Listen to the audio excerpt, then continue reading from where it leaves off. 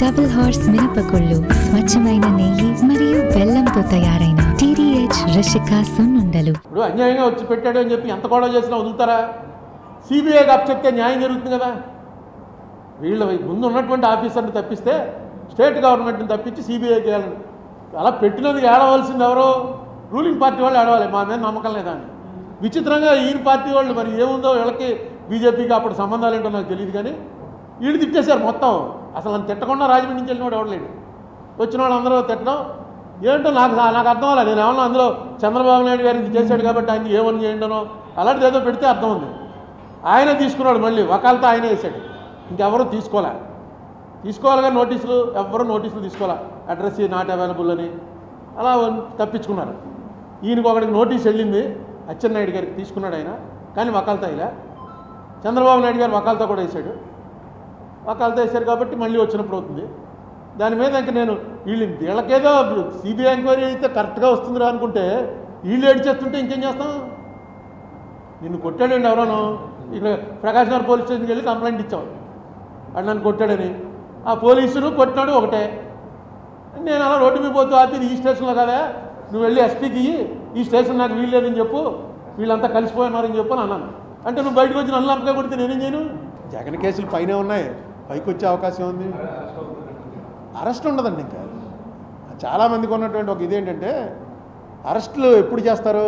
Remand prisoners అంటారు, conviction. Remand ఎప్పుడు ఇస్తారంటే ఈయన బయట ఉంటే సాక్షుల్ని ప్రభావితం చేస్తాడని అర్థం. అది ఛార్జ్షీట్ వేసేవరకే. ఇప్పుడు ఛార్జ్షీట్లు అన్నీ వేసేసారు కాబట్టి ఇంకా ఆయన్ని సాక్షుల్ని ప్రభావితం చేయటం ఉండదు.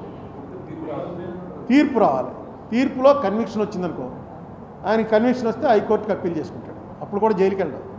హైకోర్టులో ఎన్నేళ్ళు నడుస్తుందో ఎవరికి తెలియదు. హైకోర్టులో కూడా దాన్ని కన్ఫర్మ్ చేశారనుకో సుప్రీంకోర్టుకి అప్పీల్ చేస్తాడు, అదేన్నేళ్ళు నడుస్తుందో తెలియదు. కానీ కన్విక్షన్ వస్తే జరగబోయే ప్రమాదం ఏంటంటే 2 ఏళ్ళు దాటి కన్విక్షన్ అయితే డిస్క్వాలిఫై అయిపోతాడు. డిస్క్వాలిఫై అయిపోతే ఇంకా ఆయన పోటీ చేయడానికి కుదరదు.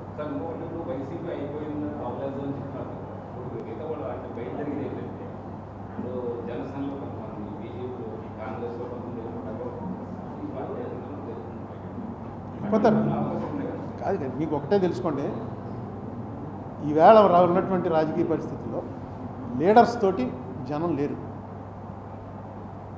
జనం ఉన్నది పార్టీస్ తోటి ఉంటున్నారు. ఆ పార్టీలో లీడర్ ఈ పార్టీకి మారినా, ఈ పార్టీ లీడర్ ఆ పార్టీకి మారినా, ఆఖరి నిమిషంలో ఇటేపు నుంచి అటేపు వెళ్ళిపోయినా అక్కడ వేవే మార్కలా. ఇదేంటో నిన్నటి వరకు జగన్మోహన్ రెడ్డిని పొగుడుకుంటూ వెనకాల తిరిగినవాడు ఈవేళ సడన్గా వచ్చేసి నేనే టీడీపీ అంటున్నాడని ఎవ్వడో చోట్ల.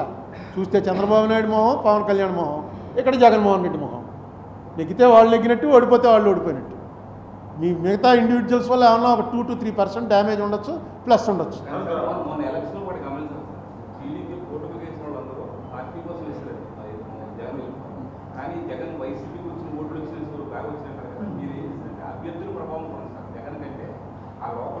అదే ఈ థీరీలు కరెక్టే.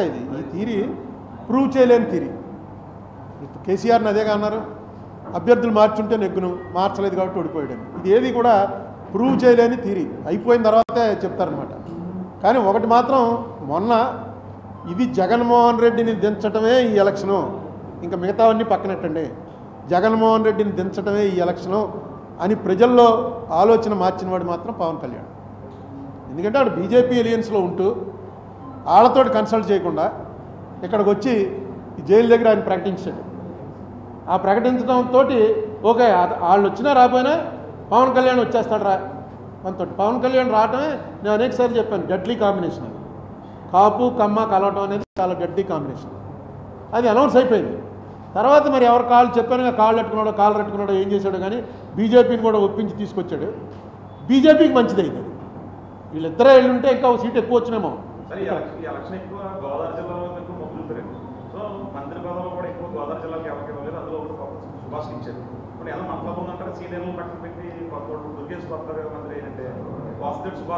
ఇప్పుడు ఎలా వస్తుందంటే వీటిలో జనరల్గా సీనియర్స్లో ఒకటికి ఇచ్చారనుకోండి, మిగతా వాళ్ళకి బాధేస్తుంది.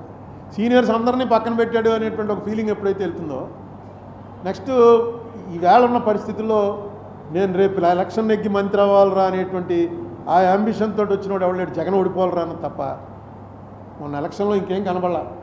జగన్ ఓడిపోవాలరా అన్నది ఫస్ట్ లాస్ట్ అదే ఒకటే ఇష్యూ అనమాట. ఎజెండా ఒకటే. ఆ ఎజెండా సెట్ చేసింది డెఫినెట్గా పవన్ కళ్యాణ్.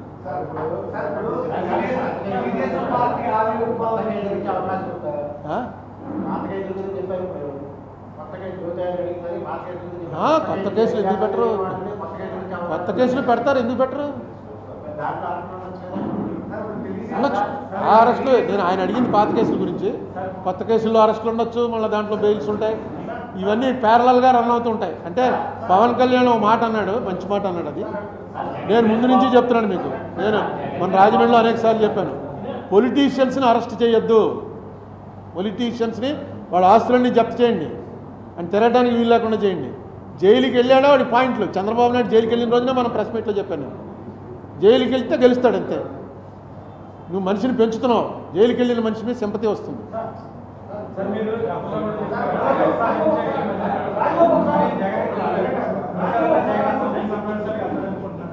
వెళ్ళాలి, జగన్ వెళ్ళాలి ఖచ్చితంగా. మధ్యలో అలగటం, పోవటం, బయటికి పోవటం ఇవన్నీ చేయకండి. చంద్రబాబు నాయుడు గారు బయటికి పోయింటే ఆ వేళ చాలా పెద్ద హ్యూమిలియేషన్. అది మనం వెంటనే ప్రెస్ మీట్ పెట్టి కూడా చెప్పాం. అసలు ఆ టైప్ ఆఫ్ డిబేట్లు ఆపండి. ఆ టైప్ ఆఫ్ డిస్కషన్ వల్ల ఏం ప్రయోజనం లేదు. ఏదో ఎలిమెంటరీ స్కూల్లో పిల్లలు దెబ్బలాడుకుంటున్నట్టు, అది వాళ్ళు కూడా దెబ్బలాడుకోవట్లేదు. ఇప్పుడు వాళ్ళు చాలా గౌరవంగా మాట్లాడుకుంటారు.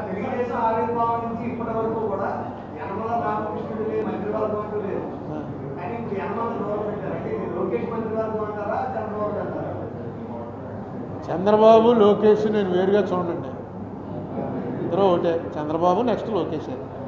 మీకేమైనా అనుమానమా? నాకేం అనుమానం లేదు. వారసత్వాలు గైరసత్వాలు అనేవి ఇక్కడ ఇండియాలో ఖచ్చితంగా నడుస్తాయి, అన్ని స్టేట్లలో నడుస్తున్నాయి. ఇప్పుడు మమతా బెనర్జీ పెళ్లి చేసుకోలేదు, ఏం చేసుకోవాలని తీసుకొచ్చి మేనాలుండి పెట్టిందిగా. ఎవరన్నా నమ్మాలి కదా. ఓన్లీ కాంగ్రెస్, ఇందిరాగాంధీ, నెహ్రూ అనేవారు. ఇప్పుడు అయ్యే పార్టీ చూసుకోండి, ఎక్కడో 2-3 చోట్ల నవీన్ పట్నాయక్, ఎందుకంటే వాళ్ళు పెళ్ళిళ్ళే చేసుకోలేదు. మోడీ కూడా అంతే. మోడీకి వారసత్వం ఏం లేదు, పార్టీ ఉంది వాళ్ళకి, చాలా బలమైన పార్టీ అది. ఇండియాలో ఏంటి, ప్రపంచంలోనే ఒక ప్రిన్సిపల్ బేస్డ్ పొలిటికల్ పార్టీ అది. ఆ ప్రిన్సిపల్తో మనం ఏకీభవించకపోవచ్చు, అది వేరే విషయం. చూడండి, అందుకే ఎంత బీజేపీ వాళ్ళు ఎంత తెలివిగా ఆలోచించారు చూడండి. కేంద్ర మంత్రి, రాష్ట్ర మంత్రి ఇద్దరిని కూడా మామూలు పార్టీలో ముందు నుంచి వచ్చిన వాళ్ళనే ఇచ్చారు. మర్మగా మంత్రి వస్తుందని ఎవడు అనుకోలేదు. అలాగే అక్కడ ఇంకొక ఆయన రాయలసీమ నుంచి వచ్చాడు, పేరేంటి, సత్యకుమార్. పార్టీ అరుణ్ కుమార్ టికెట్ అని ఎవడని అనుకున్నాడా? పార్టీ అంతే. అది పార్టీ అనేది, బీజేపీ అనేది ఒక పార్టీ ఉంది కాబట్టి కరెక్ట్గా నేనైతే అనుకోలేదు. ఎందుకంటే ఎంతోమంది కోటీశ్వర్లు ఉన్నారు బీజేపీ పార్టీ తరఫున నెగ్గిన వాళ్ళు కూడా. వాళ్ళందరినీ కాదని అసెంబ్లీలో ఉన్నారు, పార్లమెంట్లో ఉన్నారు, గవర్నమెంట్కి చాలా దగ్గరగా ఉండేవాళ్ళు ఉన్నారు. వాళ్ళందరినీ కాదని సామాన్యులు ఇద్దరికి ఇచ్చారు. సో వాళ్ళు బలపడదామని చూస్తున్నారు, బలపడతారు కూడా. ఎందుకంటే తమిళనాడులో 18% వచ్చింది, మన సీటు రాలేదు కానీ ఓట్లు బాగా పెరిగాయి. ఇక్కడ కూడా పవన్ కళ్యాణ్ తోటి కలిసి ఉన్నారు, పెరుగుతారు. అది పెరగడం అంత మంచిది కాదని నా ఉద్దేశం అనుకోండి, అది వేరే గొడవ. మార్గదర్శి కేసులో ఎఫిడేవిట్ చేయమని నేను చంద్రబాబు నాయుడు గారు నాకు సపోర్ట్ చేయమని నేను అడగలేను. వాళ్ళిద్దరికీ ఉన్న స్నేహం నాకు తెలుసు. కానీ ఇప్పుడు ఇంక పెద్ద సపోర్ట్ ఏముండదు. వాళ్ళు యథార్థాలు ఎలాగే చెప్పాలి. గవర్నమెంట్ని పార్టీ చేశాం కాబట్టి అక్కడికి వచ్చి యథార్థాలు చెప్పాలి. మీ చంద్రబాబు నాయుడు గారు సాయం చేద్దాం రామోజీరావు గారికి అనడానికి రామోజీరావు గారు లేరుగా, అసలు ఆయన మనిషే లేడు. సో ఆ కేసు ఏమవుతుంది అన్నది ఓపెన్ అయిన తర్వాత నేను ప్రెస్ మీట్ పెట్టి మీకు ఎలాగ చెప్తాను.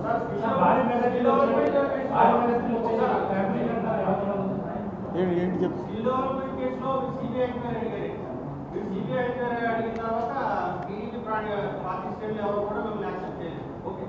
ఇప్పుడు లేటెస్ట్ గా మీరు ఆ రోజు పార్లమెంట్లో ఏం జరిగిందనేది పార్లమెంట్లో చర్చ చెప్పాలని చంద్రబాబు నాయుడు గారికి సబ్మిషన్ ఇస్తున్నారు. ఈ సబ్మిషన్ ఏంటి, వాళ్ళు ఒప్పుకుంటారని మీరు అనుకుంటారు, తీసుకుంటారు? ఇప్పుడు ఇక్కడ మనం మాట్లాడుతున్నవన్నీ ఒప్పుకుంటున్నారేంటి?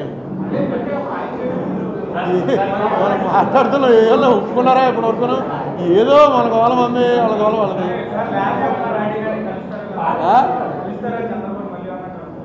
ఎవరు అసలు ఆయనకి ఇచ్చాను ఆయన కన్విన్స్ అయ్యాడు. గంట సేపు కూర్చున్నాం, ఆయన కన్విన్స్ అయ్యాడు, చూశాడు, వెంటనే పెట్టమని నన్ను ఢిల్లీ పంపాడు. అందుకని ఆయనకి తెలుసు ఎందుకో అప్పుడున్న కారణాల వల్ల వాళ్ళు పెట్టలేదు. అది కూడా నేను ఎప్పుడు దాని మీద కామెంట్ చేయలే. ఇప్పుడు అవకాశం వచ్చింది.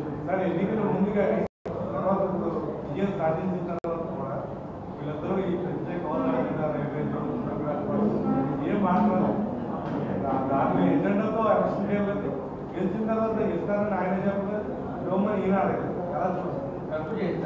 అడుగుతారు అంటే ఇప్పుడు ఇంకా టూ ఎర్లీ. మనం చెప్పానుగా మొన్న ఎలక్షన్లో అసలు ఇవేవి ఇష్యూలు కాదు. మొన్న ఎలక్షన్లో ఒకటే ఇష్యూ, జగన్ ఉండాలా పోవాలా, అదే ఇష్యూ. జగన్ పోవాలన్న వాళ్ళందరూ ఒకవైపు ఉన్నారు, జగన్ ఉండాలన్న వాళ్ళందరూ ఒకవైపు ఉన్నారు.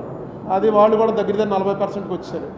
సరిగ్గా చంద్రబాబు నాయుడు గారికి 2019లో వచ్చిన ఓట్లకి ఇప్పుడు జగన్కి వచ్చిన ఓట్లకి 0.2-0.3% తేడా, అంతే. 39.2 ఆయనకి వస్తే అంతకన్నా ఎక్కువ వచ్చాయి, జగన్కే ఎక్కువ వచ్చాయి 0.6. మరిన్ని వీడియోస్ కోసం ఛానల్ ని సబ్స్క్రైబ్ చేయండి, లేటెస్ట్ అప్డేట్స్ కోసం వాట్సాప్ ఛానల్ ని ఫాలో చేయండి, అండ్ లింక్ డిస్క్రిప్షన్ లో ఉంది.